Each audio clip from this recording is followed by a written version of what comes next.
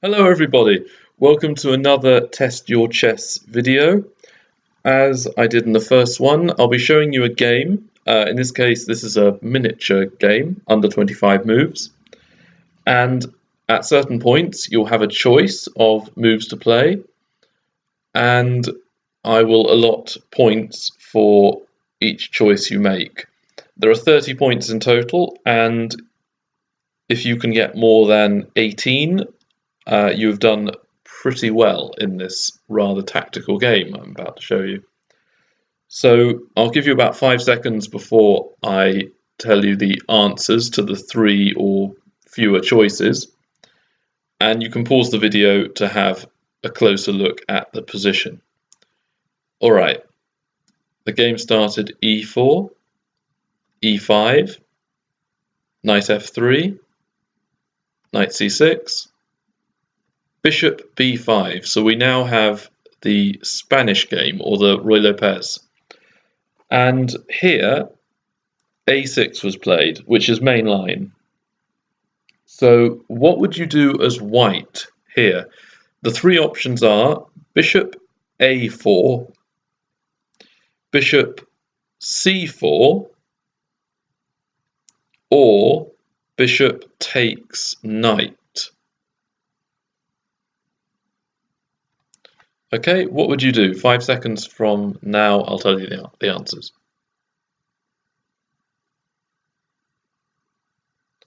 Okay, you get 1 point if you played bishop a4, which is main line and was played in the game, and you get 1 point if you took the knight on c6, which is main line and it does disrupt black's pawn structure.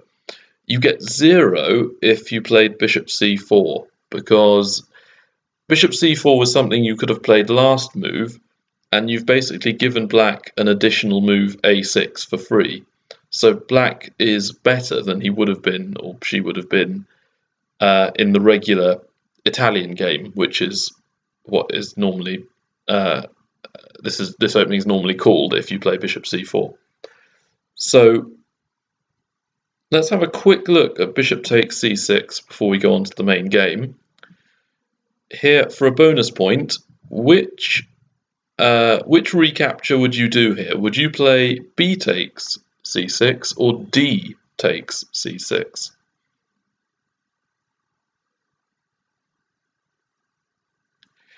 Well, d takes gets you another point.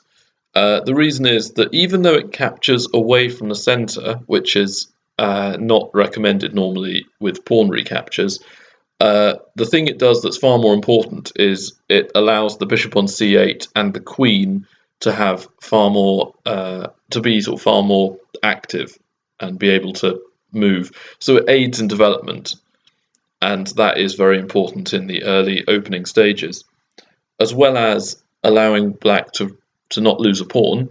As knight takes e5, queen d4 will fork the knight and the pawn and win the pawn back. So the main game went bishop a4, knight f6,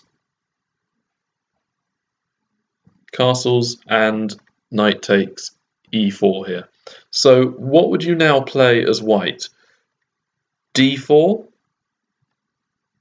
knight c3, or rook e1? 5 seconds.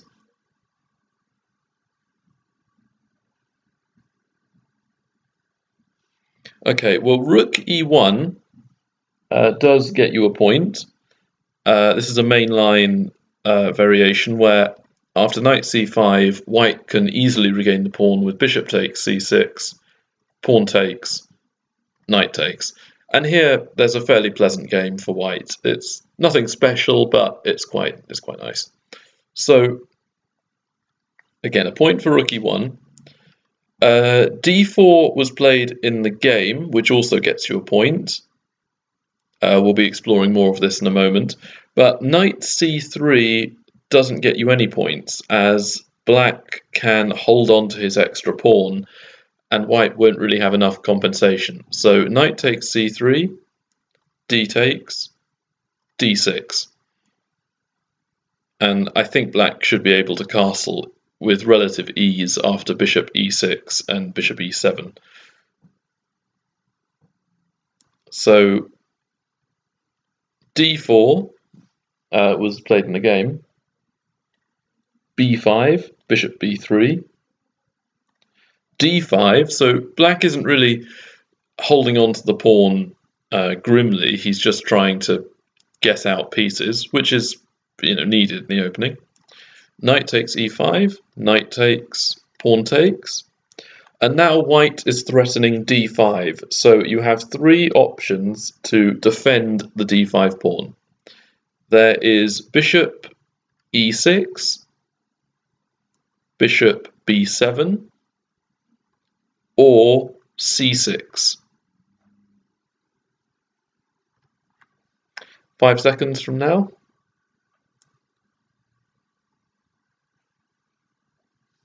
c6 gets you 0 because you're not really developing any more pieces, and white is going to get ahead in development and be able to create an initiative.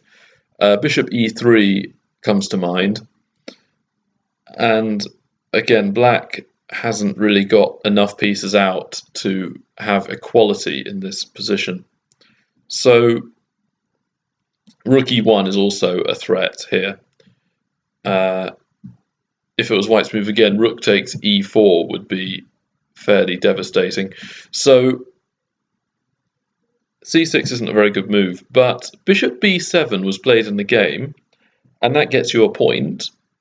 But the stronger move is bishop e6, more centralized, so that gets you 2 points. So what we often do is when we've moved our b pawn or our g pawn, and the bishop is undeveloped, we immediately think fianchetto. But sometimes that isn't always the strongest move. We just form the association of move the b pawn or g pawn, then we have to put our bishop on b7 or g7. But always look at all the options. So bishop b7 was played. Now bishop e3. And again we come to a crossroads. There is c5, bishop c5, or bishop e7. What would you play as black? 5 seconds from now.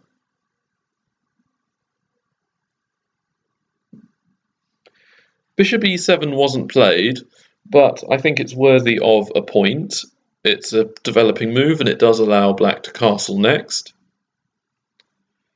Bishop c5 is interesting, and it does get you 3 points because it's far more active and it does challenge white's setup here, as well as the exchange benefiting black if white takes on c5. So that gets you 3.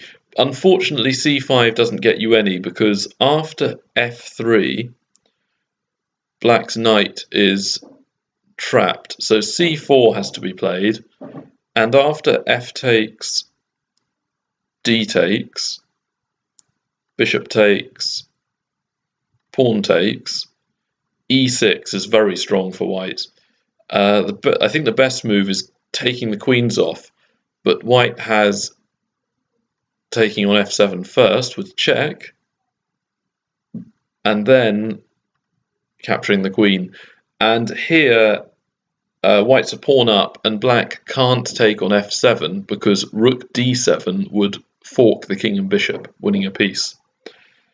And because of black's pawns all being a lot of black's pawns being isolated, the pawn structure is favourable for white, and black again is not even ahead in development, so doesn't have any compensation for the disadvantages of the position. So heading back, just to go over what I said, bishop e7 is 1 point, c5 is 0, but bishop c5, as is played in the game, is worth 3 points. Now, after this, white doesn't capture on c5, he plays queen g4. attacking g7, and black takes on e3. So here you have two choices. Take on e3, recapturing the bishop with your pawn, or take on g7 with your queen, attacking the rook on h8. What would you do as white? 5 seconds.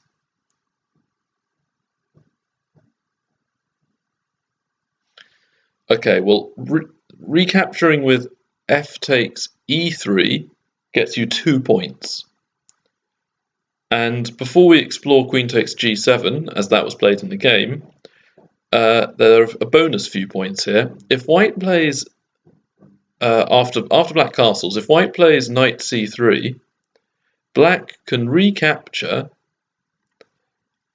and here, black, what would you play as black? You can either play rook e8, developing the rook and attacking the pawn, or something else.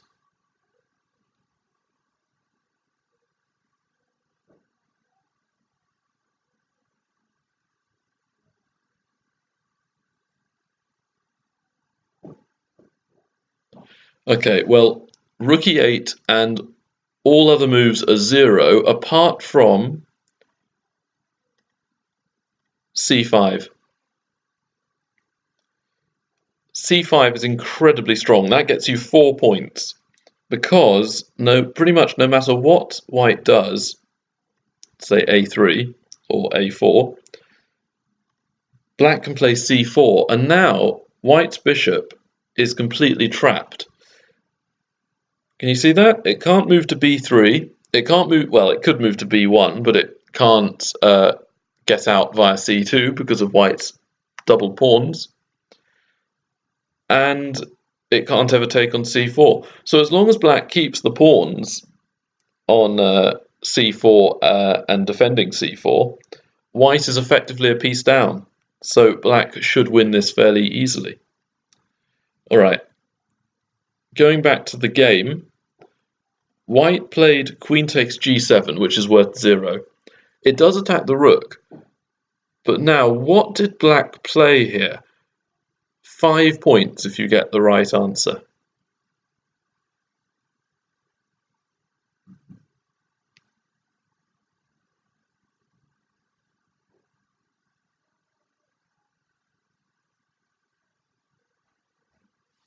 Okay, the only move that has black with a big advantage is queen g5. Doesn't matter about the rook, we've got development on our side. White took, king e7, and queen takes h7 here. So now, after bishop takes f2 check, king h2, there are 3 more moves you have to choose from. One move is queen takes e5. The next move, the next move is c5 and rook g8.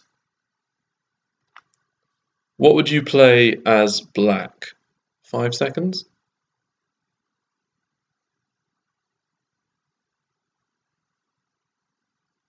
Okay, rook g8 gets you 2 more points, threatening checkmate, and this was played in the game. Queen takes e5 gets you 1 point, because it isn't the best move on the board, but it does still keep the advantage for black. Whereas if you played c5, you lose 2 points, because white can now gain an advantage with knight c3. Takes, takes, and white is now attacking the knight and f7 as well. So this is a very strong position for white now. Right, so in the game, rook g8, and white defended with queen h3. Now what would you do here as black? You have bishop c8, bishop d4, or d4. What would you play here? 5 seconds.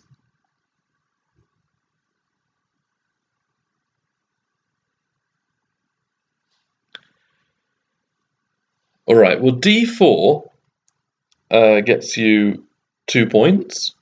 It opens up the line of the bishop on b7, pointing at the king. Bishop c8 also gets you 2 points, and this was played in the match. Unfortunately, bishop d4 is minus a point, because again, white can play knight c3 and can escape this this position with a fairly okay position here. So bishop c8 was played, and there are 2 moves white really has. None of them are very good. If white plays queen f3, what's the best move for black in this position?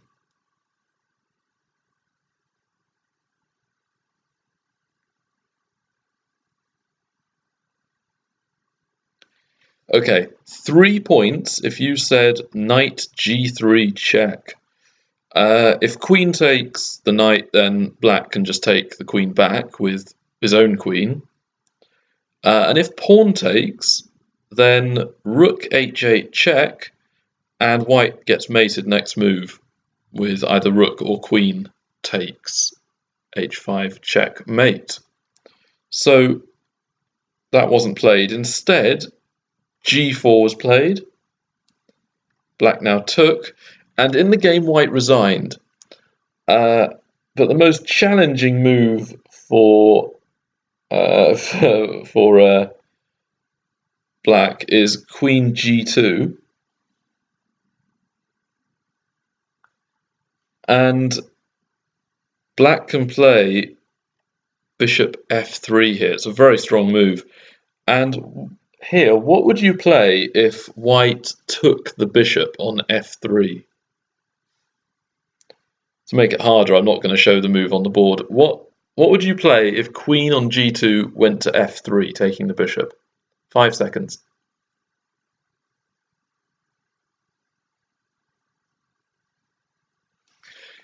Yeah, if queen takes f3, queen g1, rook takes mate. It's quite a nice checkmate. And finally, if instead rook takes f2, black does have knight takes f2 check, king g1, queen g2, but there is another checkmate in 2 from this position. Can you find it? Checkmate in 2 for black.